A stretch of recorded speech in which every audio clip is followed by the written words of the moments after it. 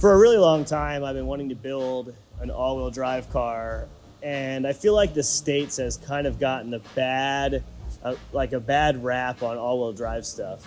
Like, we got some Subarus, we got some Evos, but not till later. I like older, more mechanical things, and it seems like, you know, other than the 04 STI and maybe an Evo MR, there's not a lot of raw, like, all-wheel drive cars that I can at least think of at this moment. Enter the Evo 5 RS becoming legal in the States because it's 25 years old. Again, with the age of things, there needs to be some level of restoration to almost any car that comes over. Even though this car is really nice, it had some problems with it that probably would have sent it to the scrapyard in Japan. That's what I was afraid of. The frame rails are rusted. Oh no. Well, so we're just gonna have to order some new chassis rails and fix that. That's a huge project though.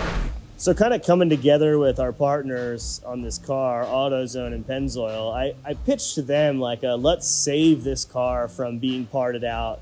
Let's save this car from, you know, being stripped down and not used.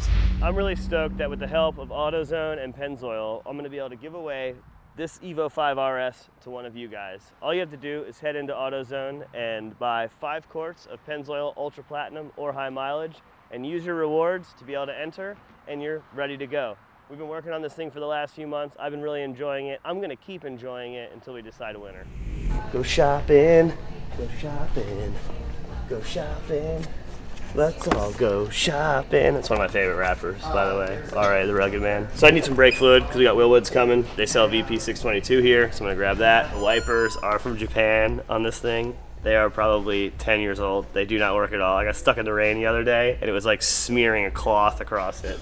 So I'm gonna get the rear guy on here. I had to Google this ahead of time. Don't think that I was ready. I know Adam uses this stuff too, so maybe it works. You know we gotta grab the Pennzoil, bro. Support your boy. Get 5 of them. Guess what? 5 individual. Get 5 individual ones because they're easier to pour. I much prefer it, and we don't have to carry the big jug around. You can be entered to win my Evo RS. It's gonna be sick. Oil filter. I can't type because my busted thumb, so I gotta use my middle finger. So we're gonna get a K&N for it. HP 1008. Damn, they have it in stock. They only have like 15 filters in stock, and I had one for the Evo. I love that. When I was growing up, you had chromies all the time. That's what they called these back in the day. Everyone used to steal them off your car, and people used to glue them and all that stuff. I think that's evolved now. We just want black ones because they look nice and they cover it. I got one of these Kenwoods and some 6.5s. There's no rear speakers in the RS, but it's cut out already for them, so we're gonna put those in as well. So we'll get 4 speakers and a Bluetooth deck. This is the one that fits because it's narrow, but it's still got good like power. That's kind of the key. Well, so we're working on an Evo 5, but unfortunately they never were sold in the US, so it's gonna be an Evo 8. So it'll be 2003 Mitsubishi Lancer Evolution. I need a valve cover gasket. What else are you looking for? Turbocharger gasket. I need a belt for it, and then I need a spark plug and some coil packs. And there's some Kenwood Bluetooth deck and 6.5-inch speakers too, if we can grab those. Absolutely. Yeah, AutoZone reward. I got it. Zing it. It worked. I didn't even have my brightness up. You got 3 credits. This will be number 4 for you. Sweet. We are not driving crazy today.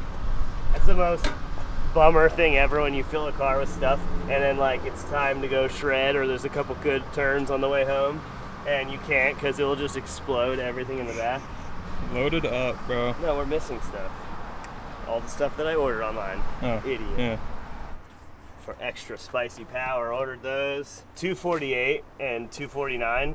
But they're actually a bit bigger than that when I've read on the internet. It's just how they measure compared to the Japanese ones. So they're really like 264s. That'll really help the top end power of us trying to squeeze every bit of the power out of this thing. Some DEI, heat control, and sound control.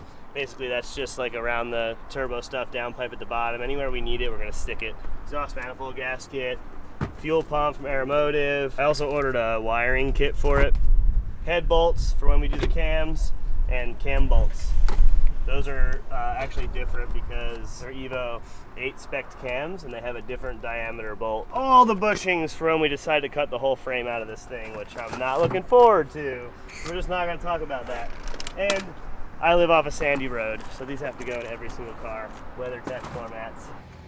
The rust is absurd everywhere. Holes rusted through. Oh my gosh, I didn't even see that. But we're getting it right with some new OE Mitsubishi parts. Cut out all of this and put new frame rails in from Mitsubishi in Japan. Thank you, Buy Now Japan, for getting these. Rozelle over there hooked it up and shipped them over to us. Because the pocket here was in really good shape still, we're welding that in there, not removing this part from the body. They only have Evo 6789 or 789 frame rails. Had to cut the exhaust mounts off, the hangers off, and move them to this side because the exhaust is on the other side. We also cleaned out all of the tracks and all of the drains because that's what causes the rust in the first place. So we should be 100% solid there. Continuing on with the chassis, we put new bushings everywhere they needed to be. Nolethane is sold by AutoZone. We were able to get them shipped in. They were here in 2 days while we were dropping the subframe out and fixing all of the frame rails. We put bushings pretty much everywhere that made sense. Big changes underneath the car. We've replaced a bunch of the bushings and the lower control arms. These looked really good, and I think that they will work better with these hard rubber ones. The RS, I guess, comes with some stiffer ones, or at least from what I've researched, the Evo 5. In the rear, we finally finished all of the framework. Woo! Yeah, so all brand new from Japan. Look at that, all shiny. Yep, rear frame rails. So no rust, nothing left. I got them from Buy Now Japan. They shipped them over, got them straight from the Mitsubishi dealership. I got them really quickly. Given the problems that we were having, I needed them very fast. So new frame rails, new eccentric bolts, new everything there. The bushings or trailing arm bushings are done. Basically anything in the back that could have been done bushing wise has been handled. Again, I know the RS came with some stiffer bushings to begin with. I wanted to go through and get these from AutoZone. They're Nolethane, they're good polyurethane, tapered, come with all the grease, everything to install them. They'll never need to be replaced again with this car, and it tightened the suspension up a ton, especially with the trailing arm setup. You really need to make sure the bushings are really good there. So big ups to AutoZone for supplying the Nolethane stuff.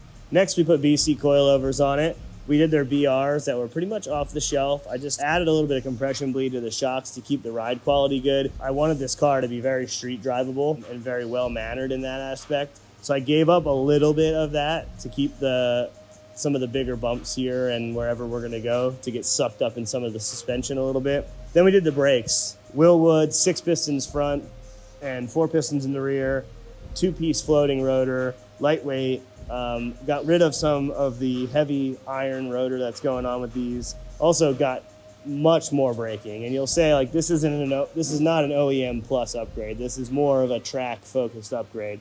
The reason I did that is because the brakes were so bad on this car. And they probably weren't working correctly. There's that part. And maybe I'm overcompensating for it. But I was like, look, Willwood has this offering through AutoZone. We're going to order these. This is going to make this car really kind of have that next step in quality of driving, braking, and some safety aspect of it. Some of the upgrades that we've done to this car have been around improving like an OEM plus type scenario. Obviously we've turned some things up where it was lacking, but the engine is really, really good out of the box.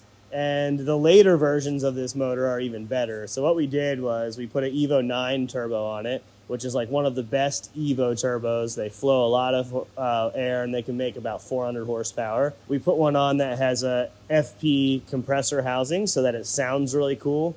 One of the biggest things for me in building a car is it has to sound cool. Even when you're just driving around normal, not driving it like a hot rod, you can get good turbo noises, good exhaust noises, good compressor surge.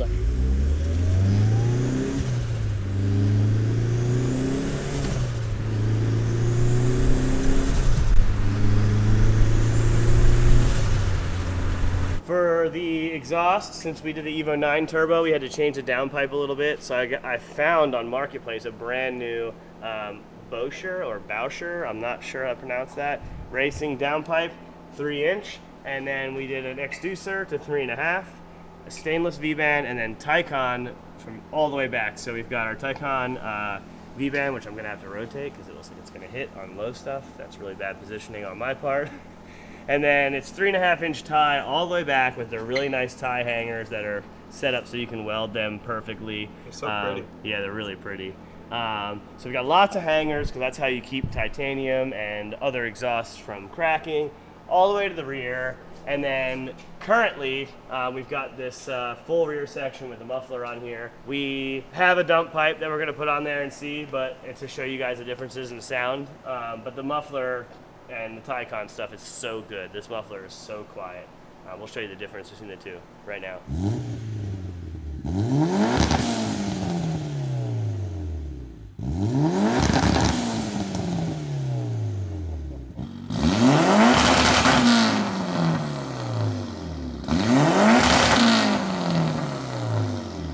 I can't believe how different the muffler sounds. I think it's way more tuned. I love the quiet exhaust. I think it's much better to drive every day. Makes you hear the turbo a lot better. But some people might like the really loud setup. So we'll see. And then a turn down off the backside here. Got to have a turn down always. Helps with sound again. And also when you blow flames, it makes them expel and do lots of cool stuff.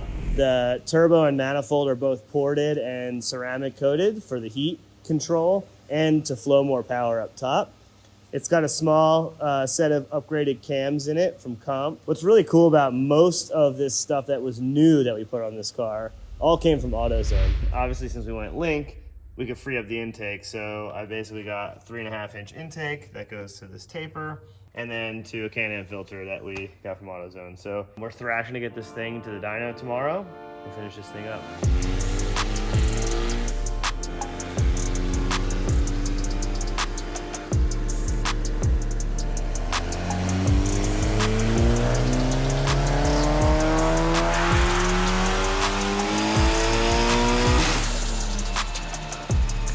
We made 397 horsepower, 375 torque on ethanol. It would make more, but the wastegate is out of chooch. I'm 100% duty cycle from 6,000 on, and I'm like 80% duty cycle from 4,500 on. But like the graph is super nice and smooth. It makes power all the way to 7,000. Big fat power man. You're making most of your power from 3,800 to 7,000. So I'm really happy with that. I'll probably get a wastegate just so we have more headroom on it. Because right now it's so maxed, it's basically just shutting the solenoid off and using the exhaust back pressure to push the gate open. So now we're gonna unload this car. Happy with it.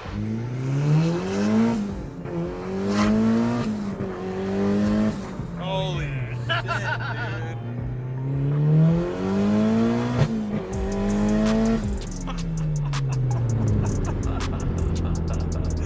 That's so fun. There's a cop right there, so I was like... Up here? No, we passed him in the middle. Like, I was making the rip and then I was like, ooh! Too bad I was only going 65. It's just the gears are so short, it makes you feel like you're going 120. Yeah. What I like about the Lancer Evolution 5 RS is it's super mechanical. Like it still has a mechanical front diff that's clutched, mechanical rear diff that's clutched, a center diff that's all mechanical. There's no driving aids whatsoever except power brakes. So there's no real ABS, there's no traction control. It's super, super raw. And out of the box comes with a pretty good engine that can rev, make good power, and it's lightweight. You know, you've always heard me talk about the weight of everything. This car has no sound deadening since it's an RS. A lot of the bushings have been upgraded from the factory. They're stiffer. It has a crazy short ratio gearbox that makes it feel even faster, like a Miata. You know, Miata's really slow, but the gears are super short. So this kind of allows us to have that feeling of high speed, fast reactions, instant response.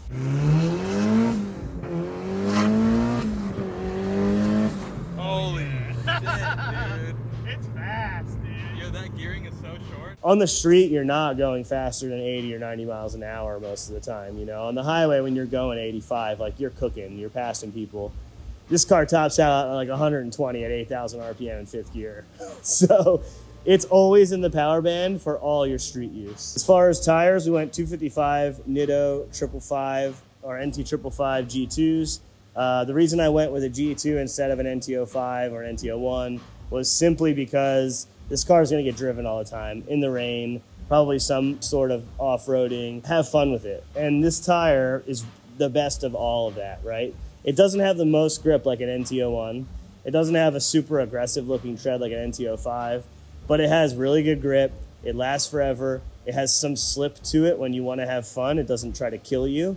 And it's a really well-mannered, quiet tire that does well in the rain. And that was kind of one of the things. It's like, you're going to street drive a car, and its only goal is really to be street and spirited driving. You really don't want to put a crazy tire on the car, because then it really limits you with other aspects of it. So the car's lightweight. We put a big tire on it that's pretty sticky. Have fun with it, and hopefully the tires outlive a lot of the stuff that's going on this car right now. Obviously, we need to wire it. We're just doing a test fit right now.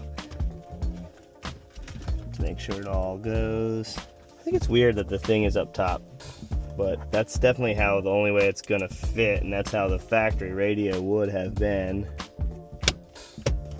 It's a little tight on the bottom, so maybe I need to bump this up a space to get some more room, but it's in there and it fits. There's a trim piece right here that we can trim and then lift this up, and that's what's gonna make that fit correctly. It looks much nicer than having the empty dash. So in terms of fluids, this car has so many places to put fluids. In the motor, Pennzoil 540, Platinum, it's actually Ultra Platinum, diff fluid, center diff fluid, rear diff fluid, and there's this little chamber in the transfer case that needs fluid, and we used all Pennzoil fluids for all that. It's 7590 in the diffs, some limited slip additive, 75140 in the center diff, just kind of following the directions of everything that they had for stuff that you're gonna beat on and have fun. It's a raw car for sure. Like, you can feel the diffs working, you can feel them rattling when you turn and you're on throttle a little bit. It's definitely not a car that is super quiet and smooth. It rides really nice, but it's raw and it's fun. And it's been really exciting for me to kind of go through and learn about these cars in an opportunity where I can build one that's it follows my process of building it. Another reason why we went with Evo 5 RS is so much of it is shared by Evo 8.9 that was sold here in the US, and you can get parts for it. So like, I go on AutoZone's website and I'm like, coil packs, valve cover gaskets, exhaust gaskets from the turbo to the manifold to the downpipe, all new, right? Injector O-rings. Literally almost anything I've needed so far has been, oh, Evo 8, just go grab it from AutoZone. The technical specifications, the parts, so much of it was dragged on. The Evos 3s and 4s didn't necessarily have a lot of the same stuff. And just being able to go over all the maintenance things, it's all been sorted, the coolant system's all been done, kind of getting it to the point where it's a reliable street car. The only thing left is the AC. It's at a leak currently. It's taken a charge, it works, we know it's there. We just have to figure out exactly where that leak is from. And then we're gonna go drive it and have some fun. Maybe take it to the Dragon, enjoy some fun roads in it, kind of stretch its legs a little bit.